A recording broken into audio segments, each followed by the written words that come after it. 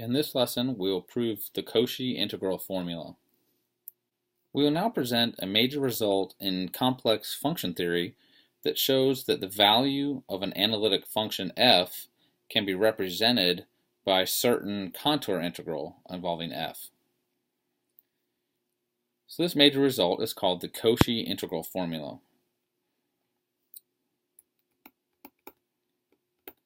So let f be an analytic function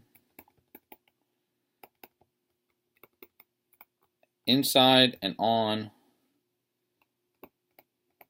a simple closed contour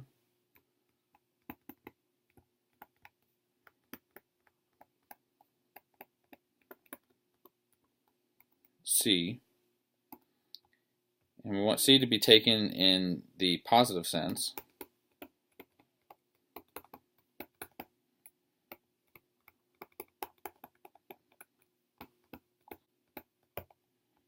Then if Z0 is any point in the interior of C, Z0 is a point interior to C,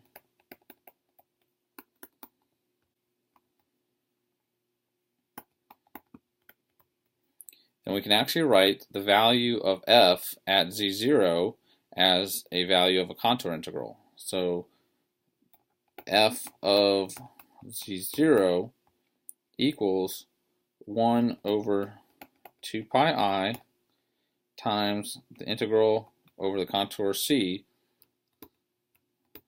of f of z over z minus z0 dz.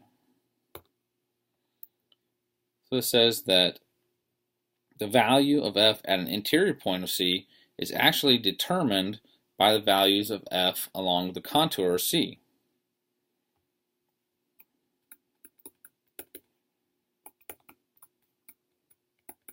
So the value of f at an interior point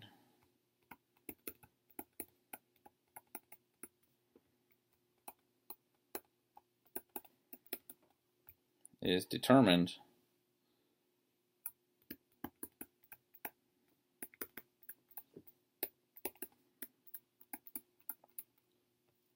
by values of f on the contour C.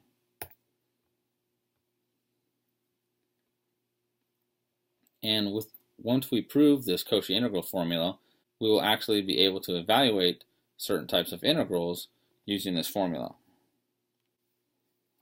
Let's begin the proof. Now, since f is analytic at Z0,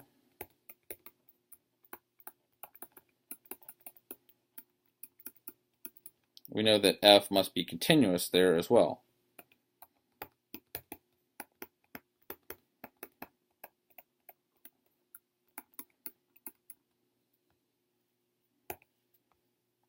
So now, by the epsilon delta definition of continuity, we can conclude that if we're given a positive number epsilon, if epsilon greater than 0 is given, then we can find a small delta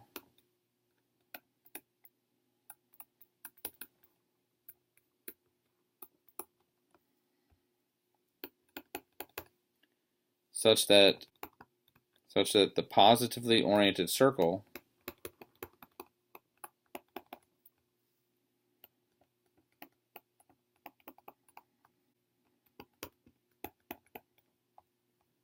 I'm going to call this circle C0, and this is going to be the set of all z that is distance delta over 2 from Z0. So the circle centered at Z0 with the radius delta over 2. We want delta to be so small that this circle lies completely inside the contour C. So this circle lies interior to C. And we want delta to be so small that absolute value of f of z minus f of z0 will be less than epsilon whenever z is within distance delta of z0. So whenever the absolute value of z minus z0 is less than delta. So if we have a contour C, then we want C0 to be a circle centered at Z0 that's fully contained inside the contour C, and the radius of this circle C0 will be delta over 2. So since f is continuous at z0, given any epsilon, positive epsilon, we can find a delta small enough that f of z is within distance epsilon of f of z0 when z is within distance delta of z0. And we're going to use this delta to define the radius of the circle C0. So to continue the proof, we want to note that when we evaluate the function 1 over z minus z0 over the contour C0, we will get the value 2 pi I.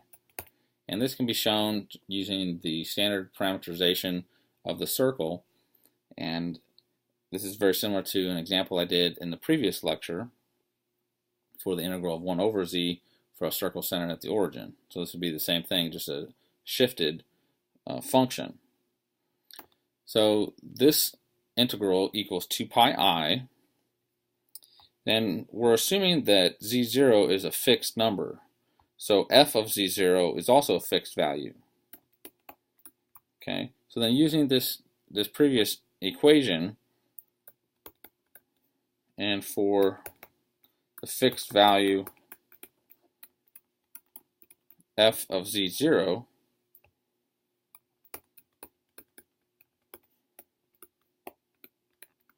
we have f of z0 can be written as f of z0 divided by 2 pi I times the integral over c0 of 1 over z minus z0. Since this integral equals 2 pi I, so by dividing by 2 pi I, they'll cancel, and I just get f of z0. And the point is I want to write f of z0 as an integral over the contour C0. So I'm going to bring in the f of z0 inside the integrand and write this as 1 over 2 pi I times integral over C0 of f of z0, which is a constant, over z minus z0 dz. Now consider the function f of z divided by z minus z0. This function is analytic in the closed region on and between the two contours C and C0. This function is analytic in the closed region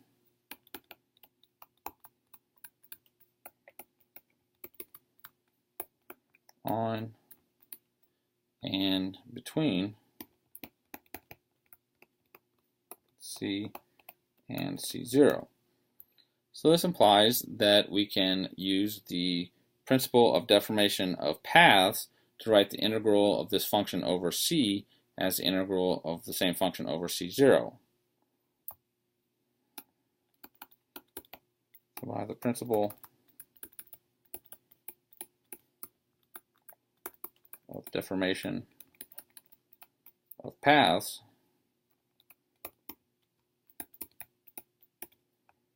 we can actually write the integral of f of z over z minus z0 over the contour C as equal to the integral of f of z over z minus z0 over the circle C0.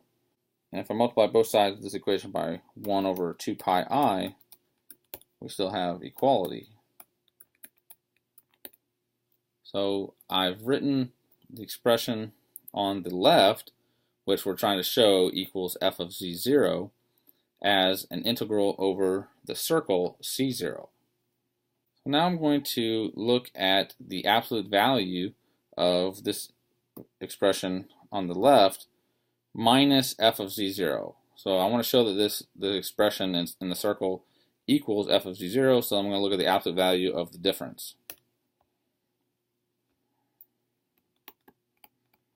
So then the absolute value of 1 over 2 pi I integral over c f of z over z minus z0 dz minus f of z0,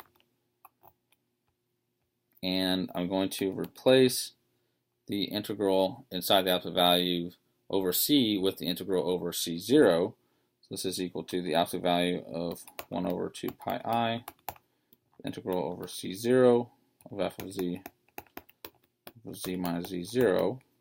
And then we rewrote f of z0 as an integral over c0. So it's going to be minus 1 over 2 pi I times integral over c0 of f of z0 divided by z minus z0 dz. And I can combine these two integrands into one integral. So this equals the absolute value of 1 over 2 pi I times integral over c0. And in the numerator, it will be f of z minus f of z0 all over z minus z0 dz. So by moving the absolute value inside the integral, we get that the absolute value of the integral is less than or equal to the integral of the absolute value, and the absolute value of 1 over 2 pi I is 1 over 2 pi. And now this function, this expression, by the ML inequality,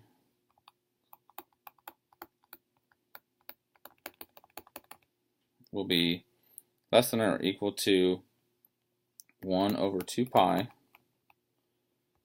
times the m, which is maximizes the integrand. Well, in the denominator absolute value of z minus z0 equals delta over 2, because we're only integrating over the circle c0, where z minus z0 in absolute value equals delta over 2. But if we're assuming that z is less than distance delta from z0, then we use the continuity here that the absolute value of f of z minus f of z0 is less than epsilon. So the numerator of the integrand is less than epsilon. So this is your m for the ML inequality right here. And then we multiply this times the length of the contour. Well, the contour is a circle with radius delta over 2. So the circumference of that circle will be 2 pi times the radius delta over 2. And when we cancel all these common factors, the 2 pi's cancel and the delta over 2 cancels, and we just get this expression equals epsilon.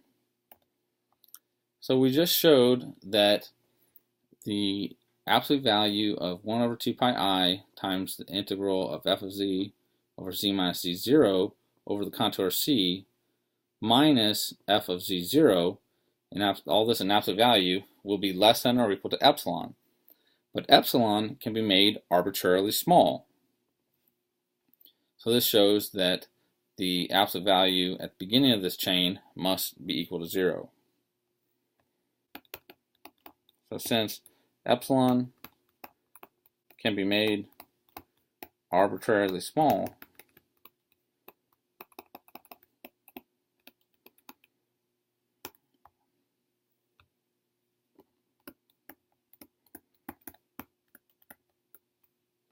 it must be true that the absolute value of 1 over 2 pi I is integral over c of f of z over z minus z0 minus f of z0. This must equal 0. If it's smaller than every possible positive value of epsilon, then this expression must be equal to 0. And therefore, these two quantities inside must be equal, which is what we wanted to show.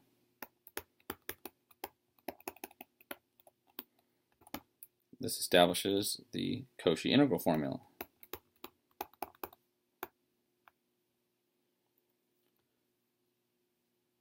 So as I mentioned earlier, we can actually use this expression to evaluate certain types of integrals. If we can identify the contour integral as an expression on the right, then we can actually multiply both sides by 2 pi I to get a value of the contour integral. So let's look at an example of this. So let C be the positively oriented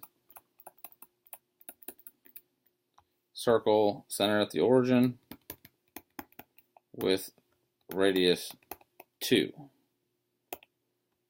Okay, and I'm going to evaluate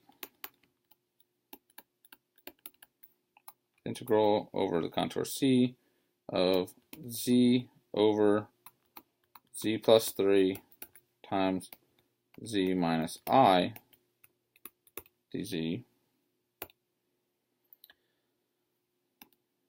So we want to recognize this as some function f of z divided by z minus z0, where z0 is a value inside the contour C. So we have this contour C, it's a circle centered at the origin with radius 2, taken in the positive direction. And we notice that the 0 of the denominator at I, this value is inside C. So if we write the function f of z as the whole expression except for the factor z minus I in the denominator, that is, we let f of z be z divided by z plus 3, then this function will be analytic everywhere inside the contour C, and we can apply the Cauchy integral formula to this function. So let f of z be z over z plus 3, which is analytic inside C, inside and on C.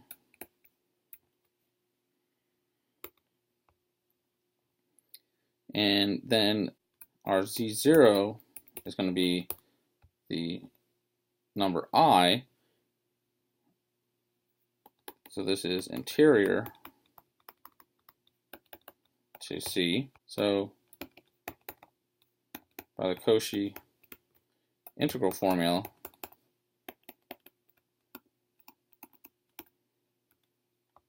we have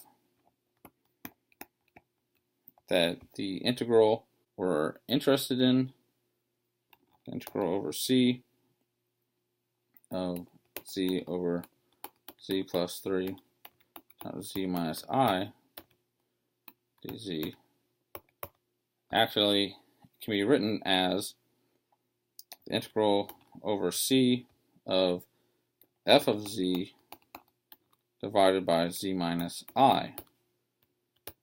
Again, where f of z is z over z plus 3.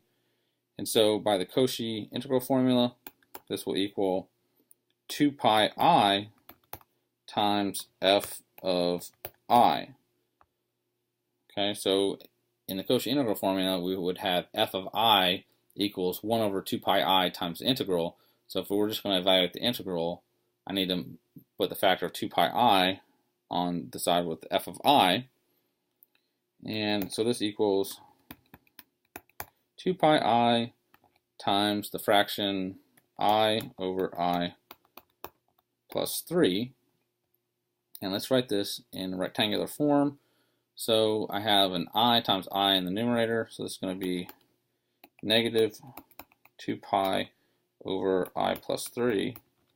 And to rationalize the denominator, I multiply the numerator and denominator by the conjugate, I minus 3. So the numerator will be, I'll get a positive 6 pi and a negative 2 pi I. And in the denominator, I plus 3 times I minus 3 will give us negative 10. And we see that we can cancel a common factor of negative 2. So this equals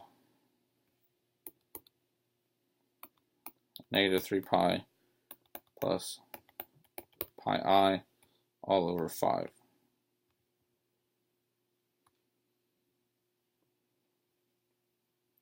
Let's look at another example.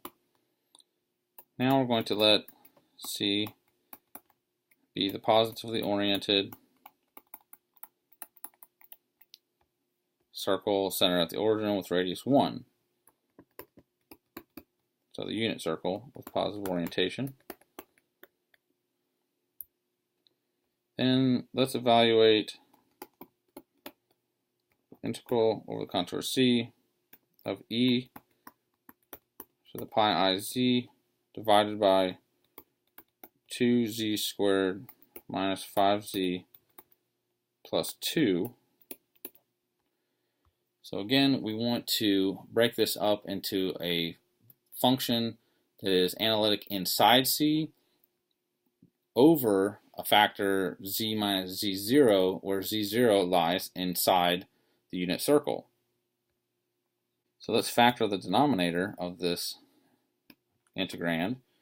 So 2z squared minus 5z plus 2 factors as 2z minus 1 times z minus 2.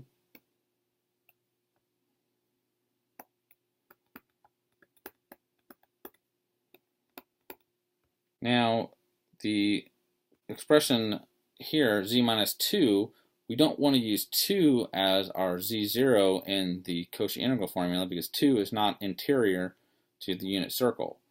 But if I factor out a 2 from the first factor in the denominator, then this will be the integral over c of, in the denominator it's going to be 2 times z minus a half.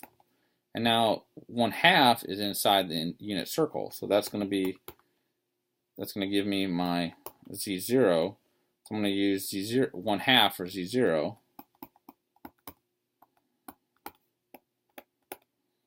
Okay, and so the rest of the integrand, e to the pi I z divided by 2 times z minus 2, will be the f of z.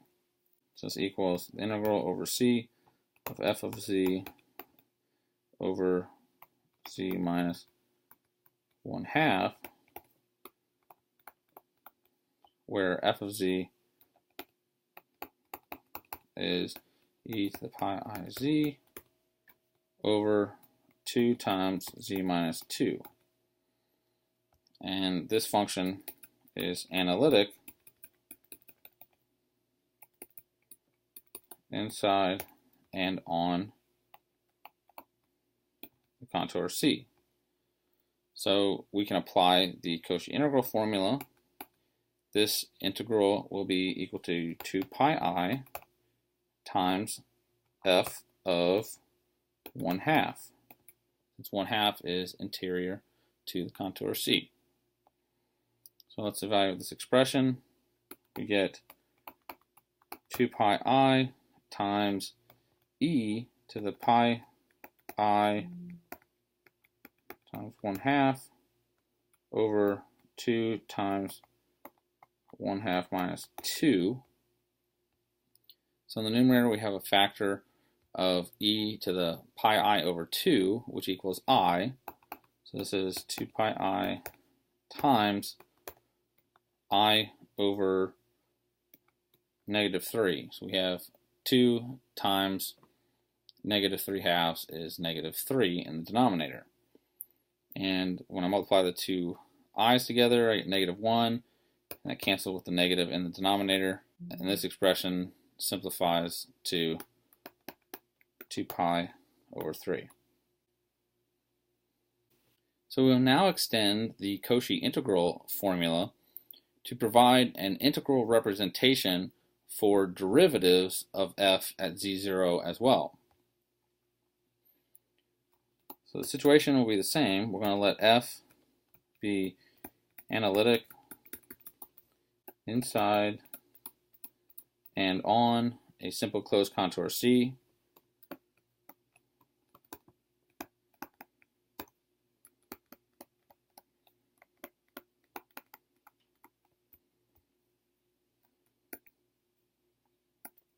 Taken in the positive sense.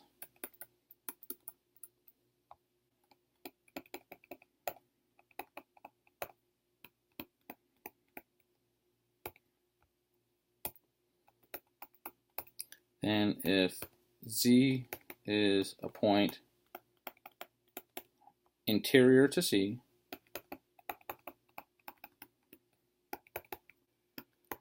then for any integer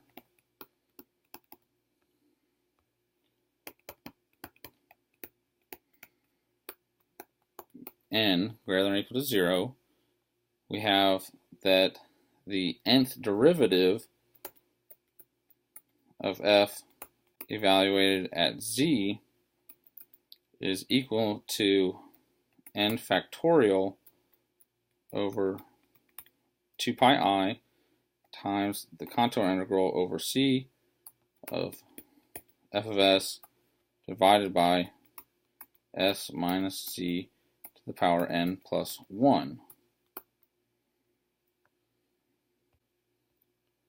So now, instead of just finding values of f at interior points, we can actually find values of derivatives, any nth derivative of f evaluated at an interior point of C.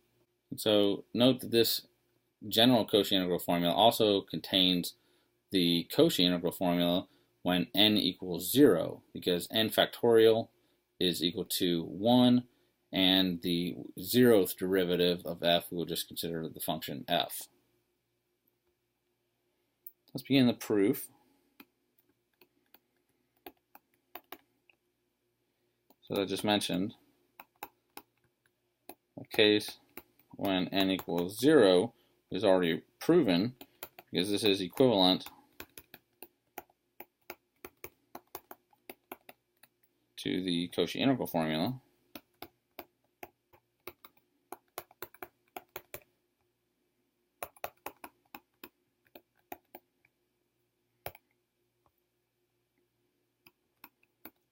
So we can write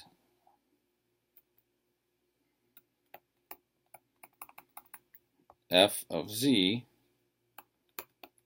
by the Cauchy integral formula as 1 over 2 pi I times integral over c of, now I'm going to write as f of s over s minus z ds. So this general Cauchy integral formula is equivalent to stating that we can take the derivative of this expression by taking the derivative inside the integral and just evaluating the derivative with respect to z of f of s over s minus z. So to show that we can take the derivative inside the integral, we're going to use a parameterization of c. So suppose C has parameterization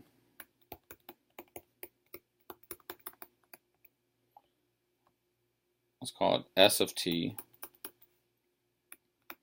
and so then the differential ds will equal s prime of t dt for t between a and b.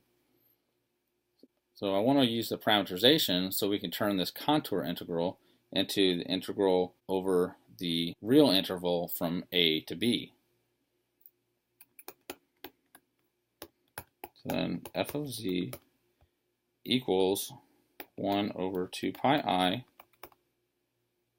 times the integral from a to b of f of s of t times s prime of t dt over s of t minus z.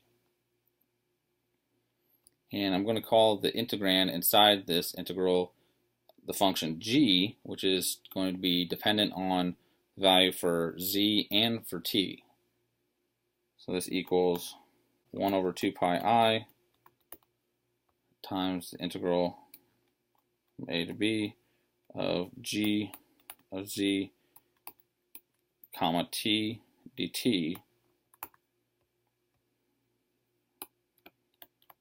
Again, where explicitly the function g of z and t is the expression f of s of t times s prime of t over s of t minus z. So the reason why I wanted to write f of z as the integral involving this function g of t is so we can use a fact from calculus called Leibniz integration rule, which says that for these integrals of a real variable t, we can actually differentiate inside the integral.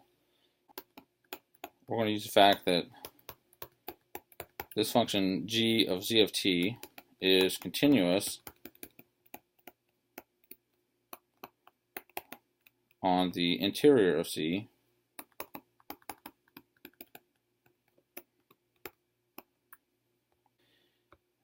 and it's continuous because the denominator will never equal 0, since s of t is only defined on the contour c and z is a point interior to c. So g of z of t is continuous on the interior of c, and so is the derivative of g with respect to z, so dg dz of z of t. So we look at this expression, if we differentiate with respect to z, the numerator is actually a constant with respect to z, and the denominator, s of t minus z, when we differentiate 1 over s of t minus z, I get the negative of 1 over s of t minus z, the quantity squared, times the derivative of minus z, which is minus 1.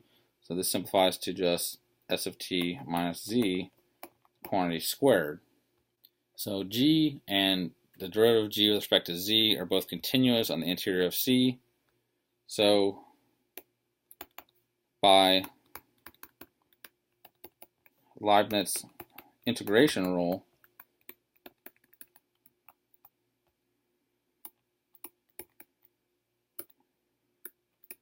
we can differentiate under the integral sign. So we can integrate with respect to z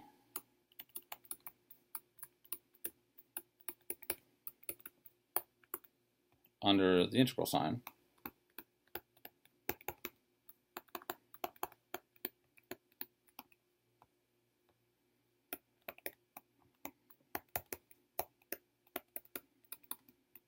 To obtain the following, that we get the derivative of f at z. This will equal 1 over 2 pi I times the integral from a to b. Now we're going to take the derivative inside, and we get the derivative of g with respect to z, which was f of s of t times s prime of t, all over the quantity s of t minus z, quantity squared, dt. And when I rewrite this as a contour integral, this will be 1 over 2 pi I times the contour integral over c of f of s over s minus c, quantity squared, ds.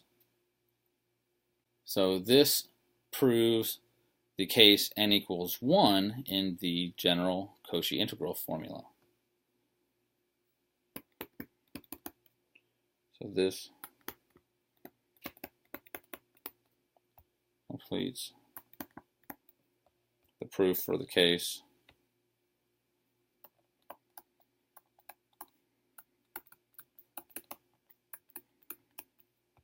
n equals 1.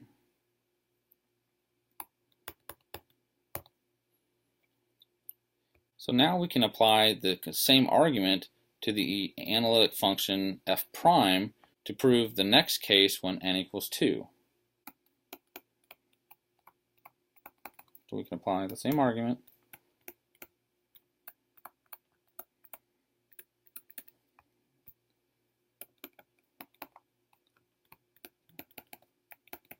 to the analytic function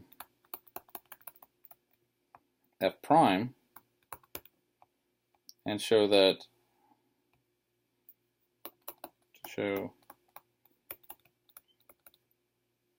the second derivative of f evaluated at z equals 2 over 2 pi I times integral over c of f of s over s minus z quantity cubed ds.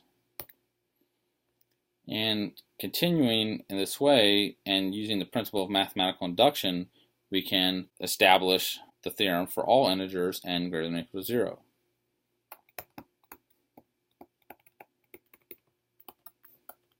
So the principle of mathematical induction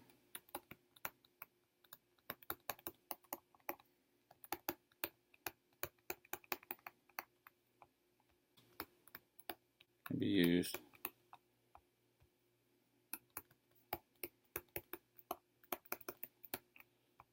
to establish the general formula for all integers n greater than or equal to 0.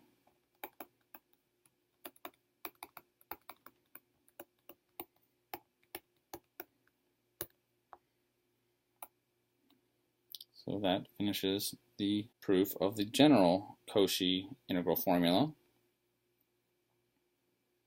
So now using this general Cauchy integral formula, we can evaluate certain contour integrals if we can recognize them as the integral on the right side here as a function f that's analytic inside a closed contour and over s minus z to a integer power when z is a point interior to c. So let's look at an example. I'm going to let the contour C be the positively oriented circle centered at the origin with radius 2. I'm going to show that the integral over C of e to the z squared over z minus I to the fourth dz equals negative 4 pi over 3e. Okay, so again, let's look at a quick sketch. So we have a circle centered at the origin with radius 2. Then the value I will be interior to this contour C. So again, we can recognize the numerator e to the z squared as an entire function. So e to the z squared is analytic everywhere inside C. And so by the general Cauchy integral formula, we have that the integral over C of e to the z squared over z minus I to the fourth. This will involve a third derivative of the analytic function f. So this will equal 2 pi I over 3 factorial times the third derivative of f evaluated at I, where f of z is the numerator e to the z squared, which is analytic on and inside the contour C. So we're going to have to take the third derivative of f, and we can compute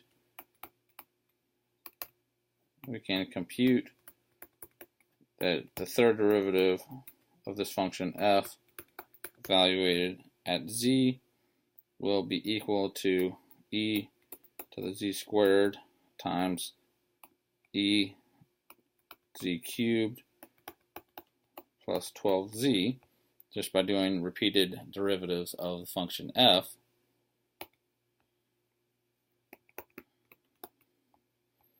Thus, this integral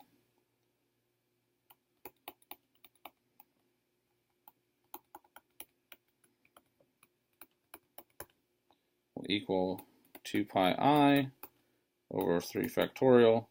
Now when we evaluate the third derivative at I, we will get e to the power I squared times 8I cubed plus 12I.